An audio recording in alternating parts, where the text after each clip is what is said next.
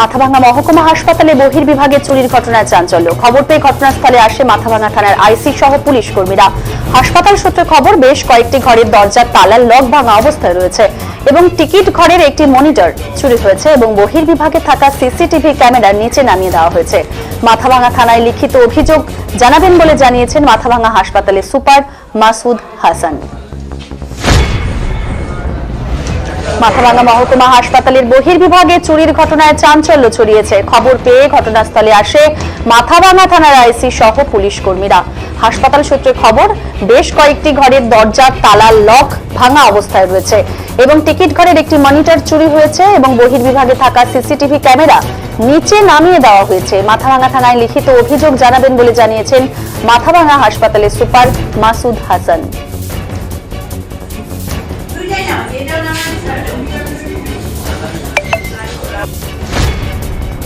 আজকে সকালে যখন আমাদের প্রত্যেকদিন আউটডোর যখন পরিষ্কার হয় তখন গিয়ে দেখছি আমাদের আউটডোরের বেশ কয়েকটা গেট ভাঙা মানে ওই তালা ভাঙা না, জাস্ট কবজাটাকে উঠে গেছে।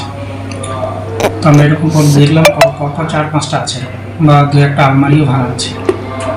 তো আলমারির ব্যাপারটা আমরা এখনো বুঝতে পারিনি, তবে প্রাথমিকভাবে যেটা হয়েছে যে আমাদের ফার্মেসি যে আমাদের সিপিইউটা আছে সেখানে একটা সিপিইউ আপাতত নেই, আর বাদ বাকি হচ্ছে আমরা এখনো দেখতে পারিনি, তবে সিসিটিভি ওটা ওপেন করলে বোঝা যাবে কি বাদ বাকিটা হারিয়েছে বা সেখানে কি রাতে নিরাপত্তা? আমাদের আউটডোরে আপাতত নিরাপত্তার ব্যবস্থা নেই, যা কিছু আছে ইনডোরে আপাতত থাকে।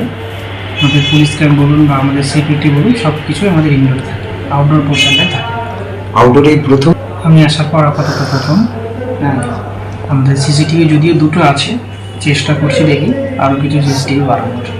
পুলিশকে জানিয়েছেন স্যার? পুলিশকে জানিয়েছি, পুলিশ বাহিনী ছিলেন, আইসি স্যার নিজেও ছিলেন।